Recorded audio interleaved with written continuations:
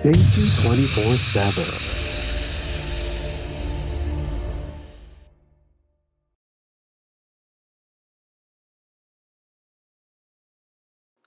It is said that one of the characteristics of the average man is that he does not think he is.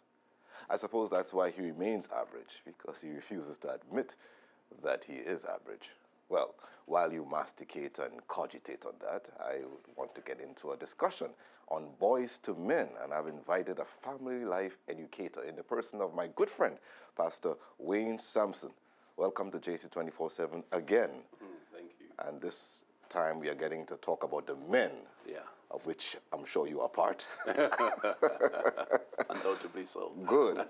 Now, for the benefit of our listening audience, and at the risk of sounding ridiculous, who or what is a man, and how do we go about defining manhood? Now, the question may appear to be simple, but it is not. Okay. Because the definition of manhood, there are several thoughts that can be given to that particular subject. For me, though, my worldview is strongly influenced by the Bible. And so when I think about a definition for manhood, I want to go back to the Word of God. All right. It must be firstly appreciated, it must be appreciated that the one who made, or one who would have invented, is the one who carries the authority to meaningfully define the invention. He has the manual. Definitely. And in this case, the Bible teaches me that God is the one who would have made man and would have done some things in the process that can give to us a pretty good understanding as to what the definition of manhood is all about. Right. What man should be like and his responsibilities and all that. It's right there in the Holy Bible. For that given cause, we have to go back to the beginning. Look at the book of Genesis 1 when God stepped in. God stepped into a space where there was nothing. There were three basic things that would have been pretty obvious there: void, chaos, waste. God did not blame anyone. He didn't make an excuse to get away from dealing with it. No, he did not hide either. So a real man deals with void, chaos, and waste. Right. That's lesson one. And God did just that. And where there was void, God created. Where there was waste, God brought worth.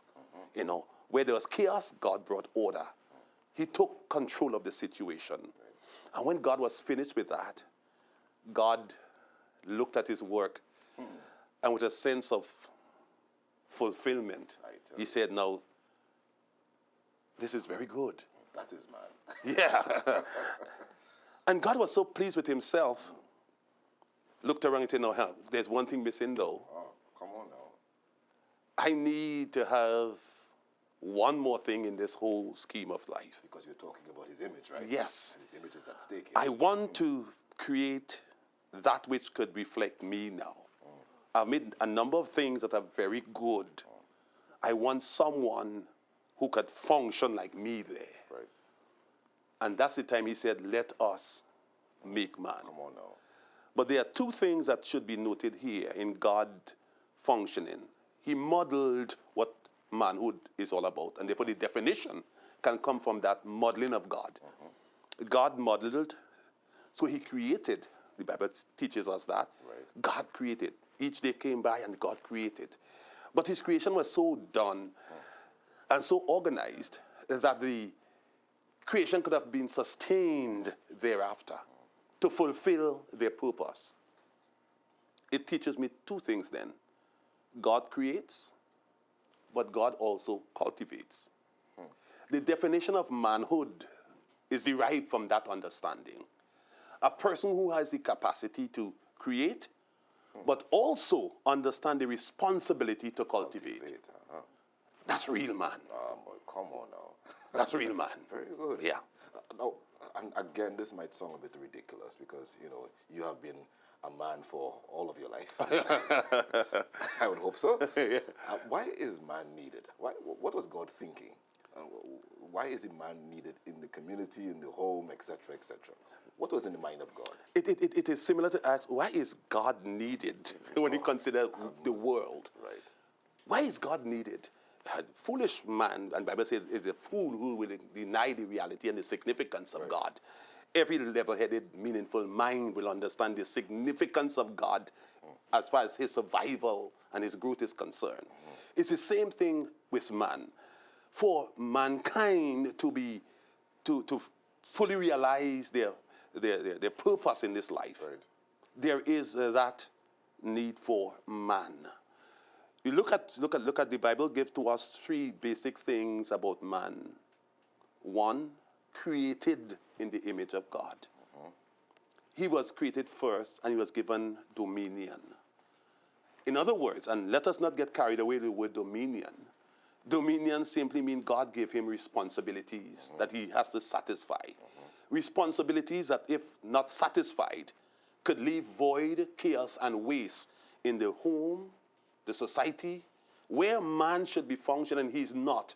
You will discover that void, chaos, and waste will be experienced. So man is of grave significance to a meaningful society, a meaningful home, a meaningful whatever there is. When man is required, he is definitely required. He cannot be replaced.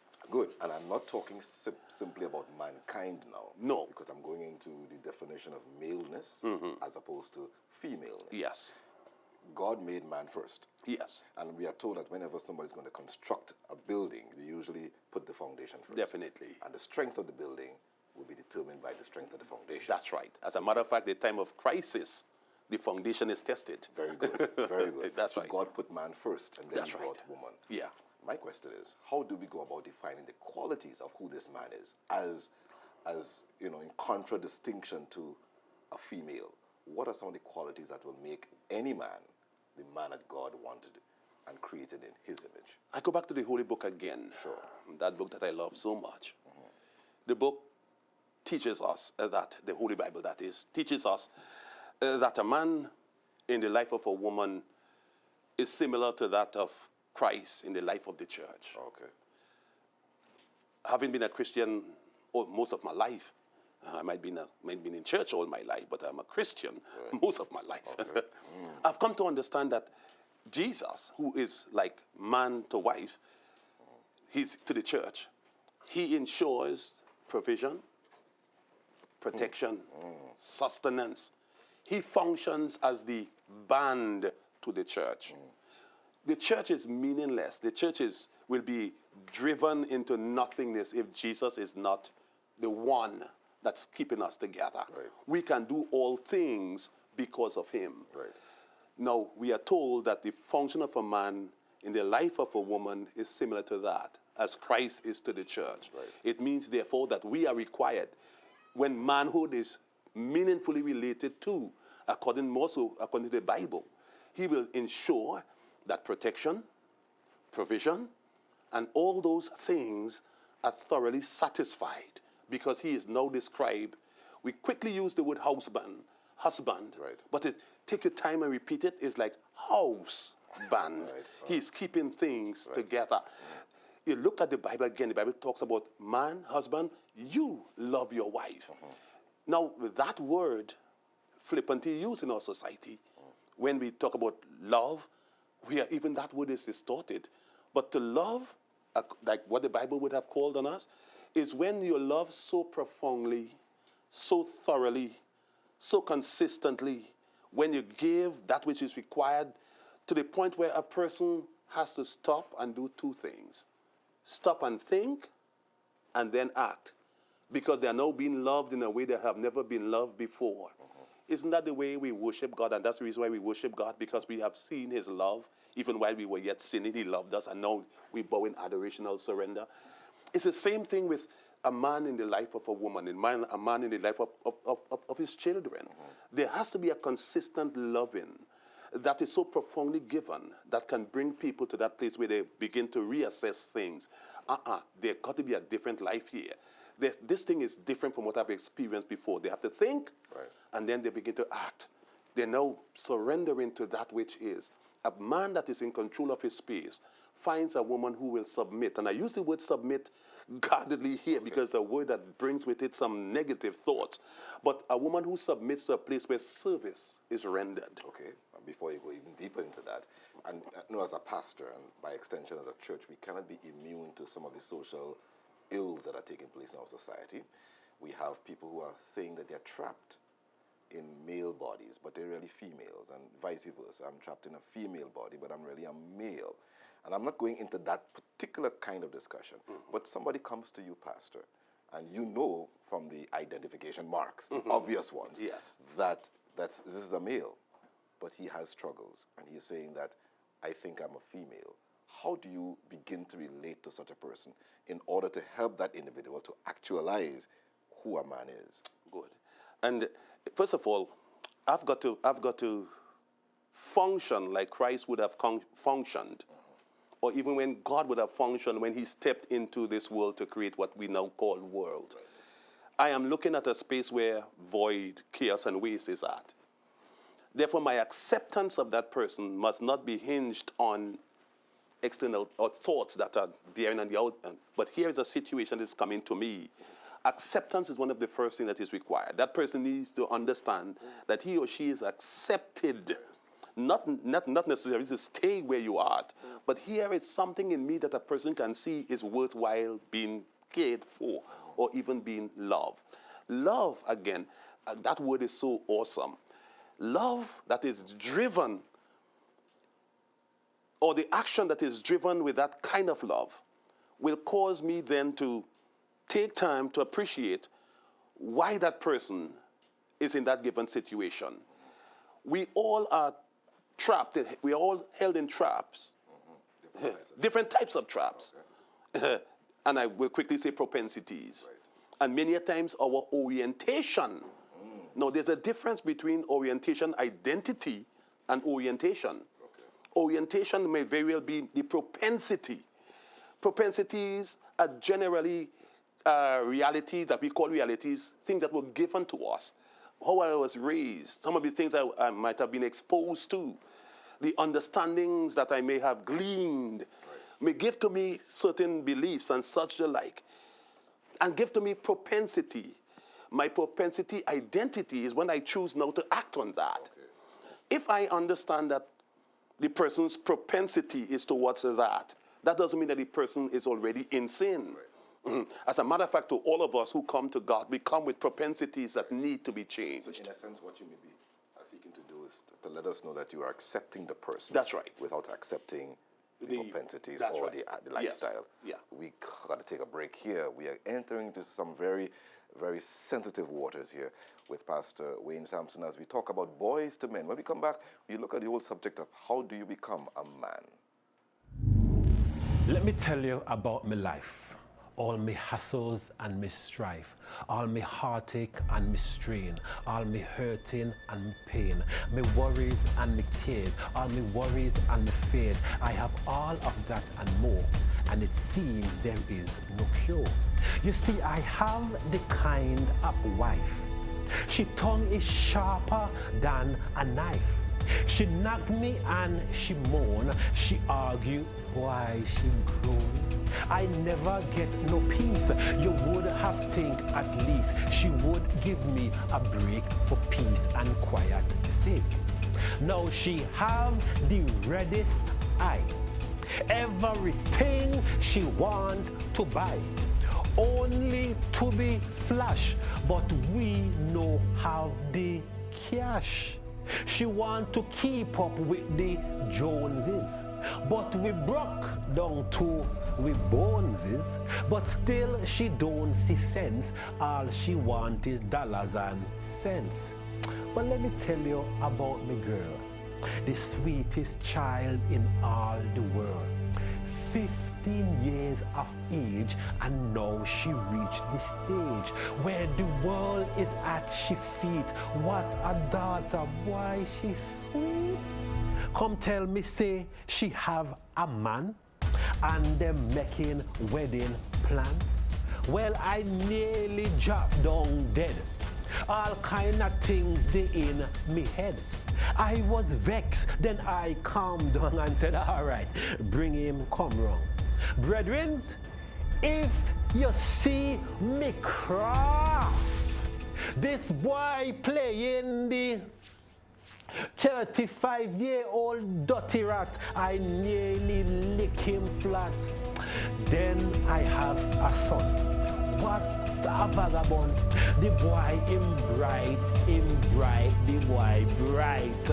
But understand a father's plight.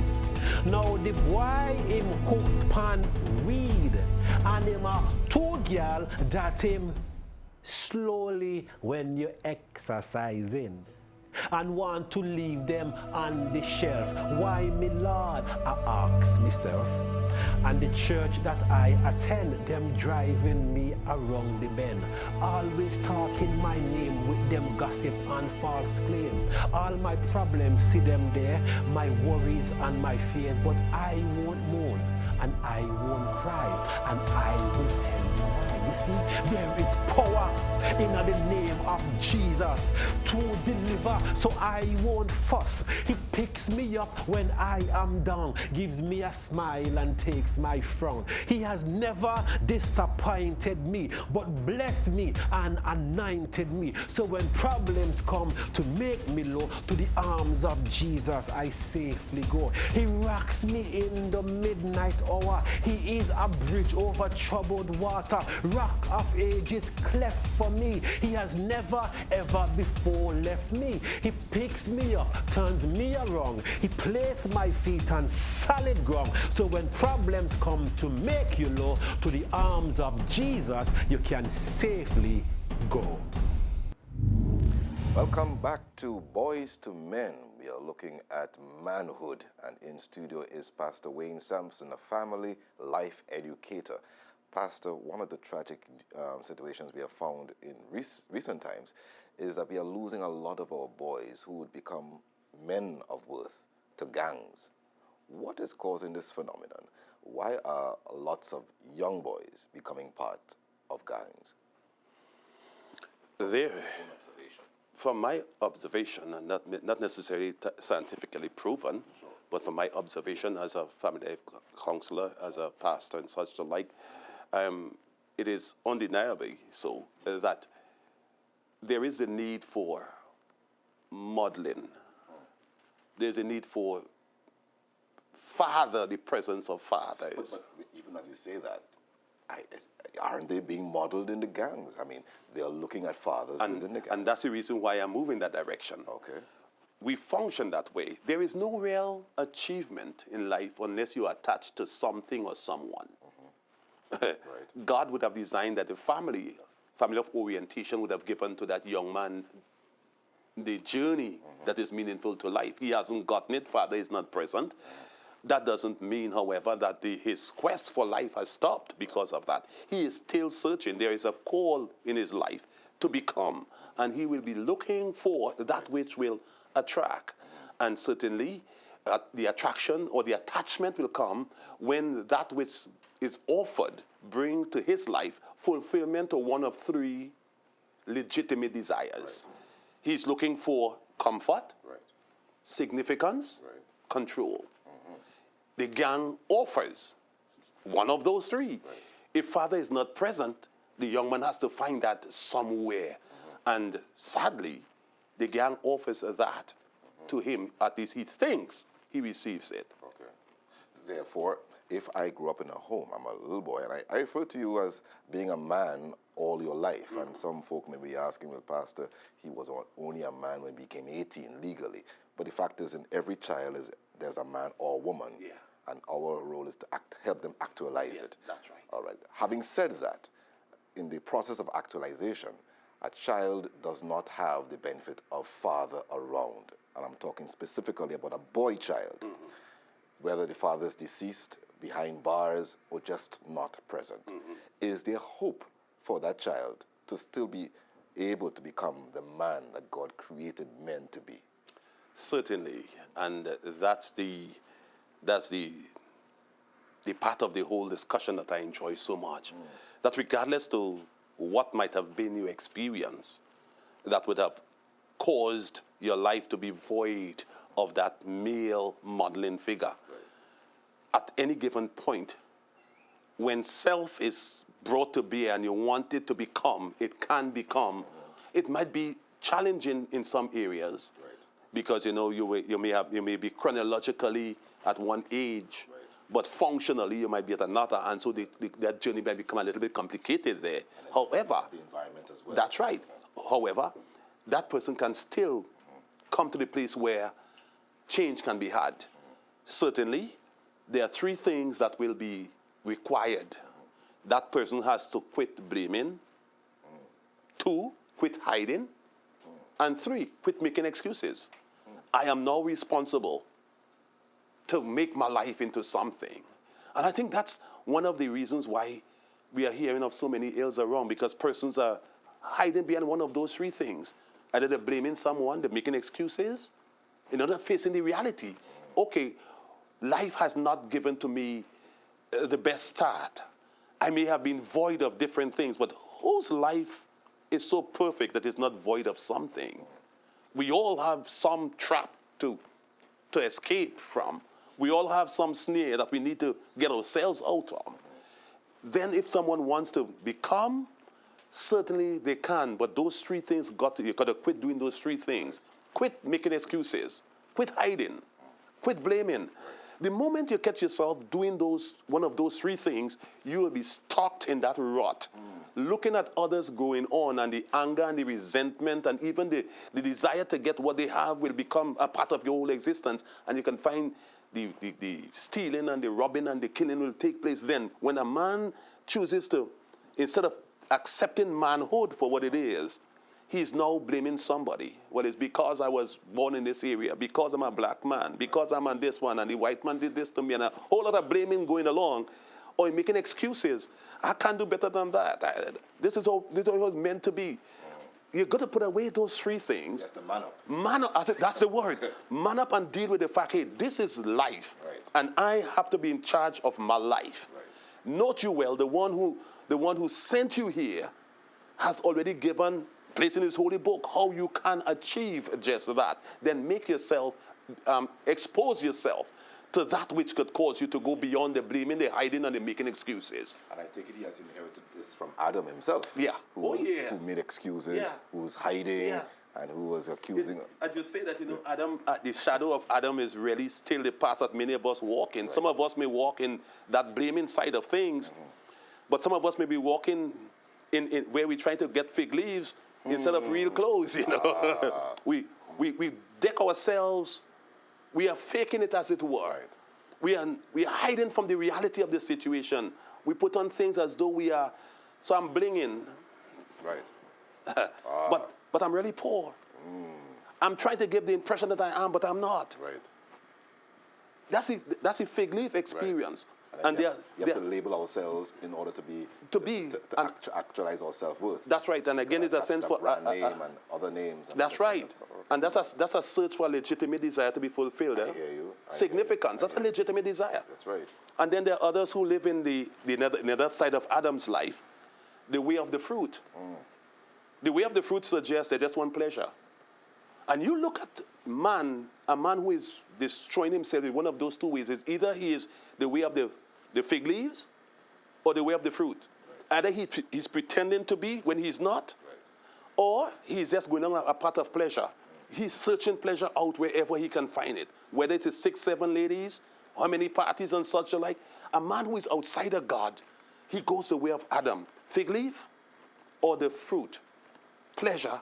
You have led me to ask you a question here that may help to clarify what you're trying to say, what you are saying, that this whole question of sexual fulfillment, normally when it comes up, it is spoken of in a disparagingly way, or at least we have to be cautious about it.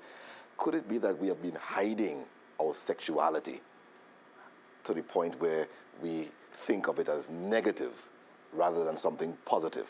For instance, women often speak about all men want is one thing, and they speak in not in glowing terms. Could that necessarily be a negative thing? Is that a positive thing, that all men want is one thing? Is it not something positive? It can be viewed negative if it creates a trap where the person with whom the experience is being had is not in control of self, but instead is just simply being used. When this whole sexual experience in the context of marriage, I want to put it just the same, and I'm holding it in the context of marriage now. When you are relating to your gift from God and a sexual experience is had, 3 legitimate God-given desires are fulfilled in that one experience. And I said 3 legitimate desires. 1, the need for comfort. Oh yes. 2, significance. This is my space. 3, control. I'm handling my stories well here. Now 3 meaningful words, but if they're not viewed from God's perspective, can be deemed so negative. That's right. But every relationship that one engages in, a man engages in, those 3 things are pursued. And he can find that in that one experience, where his comfort, his significance, and a sense of control. Hey, this is my baby. This is my wife. This is my gift from God. Significance, control, and all that come together in it. It is a sacred act. Sex is from God, really, you know. So isn't there a need for us to talk positively about sex? Of course. And I think to a very large extent, the sacredness of sex has been tossed through the window, and sex has been relegated simply to performance and position. And as you said that, I know there's a cry, particularly to the religious world, for us to be more involved in terms of sex education. Yeah. And Mike, I take that, I understand that need, but I am concerned about the curriculum and the tutor. Because, as you said, if we divorce sex from its author, then of course it could be polluted and abused. That's right. And if it is just simply brought to the place where 2 things, those 2 P words come through, performance and position, that's all sex is about, then somebody's been manipulated. Somebody is just simply being used. But if the sacredness of this whole activity is brought to bear, where the purpose for which it has been given by God is being pursued, then certainly comfort, significance, and control from a divine order brings to a man a sense of self-fulfillment. Therefore, we need to teach our young people, our boys. We just have a few seconds, literally, before we close off. If we have to say something to our young boys on their way to manhood that you believe is indispensable in their path and their journey to become men and women after God's own heart, what would you say to that young boy? Get focused. And I'll start off with the fact that let the one who invented the whole thing be the one that your heart is surrendered to. With all the crazy things happening in our world, there's a need for that focus, one. And pursue your life. Let your journey in life be ordered according to the revelation that's given to us in the Word of God. Pursue life knowing that you have the capacity to create, but also you have the responsibility to cultivate. Manhood, if pursued that way, will result in a man that is meaningfully living. Good. And you are assuming that if that is done, some of the lack definitely would be. If I create, so I have created a family, but now I'm responsible to cultivate that.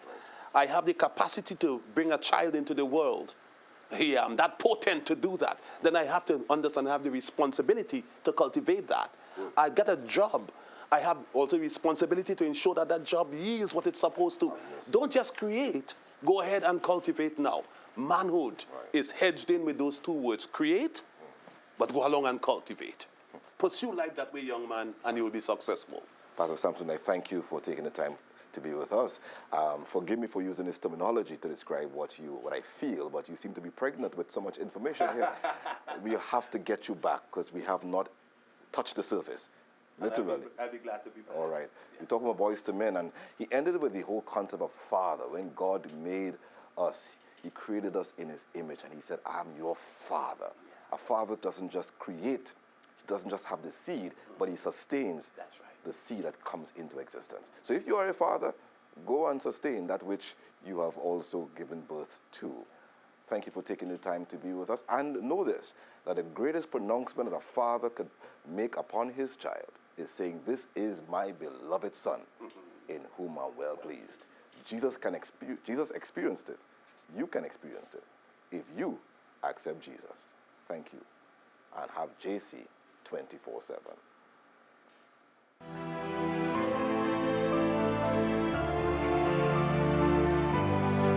Thank you for viewing JC 24/7.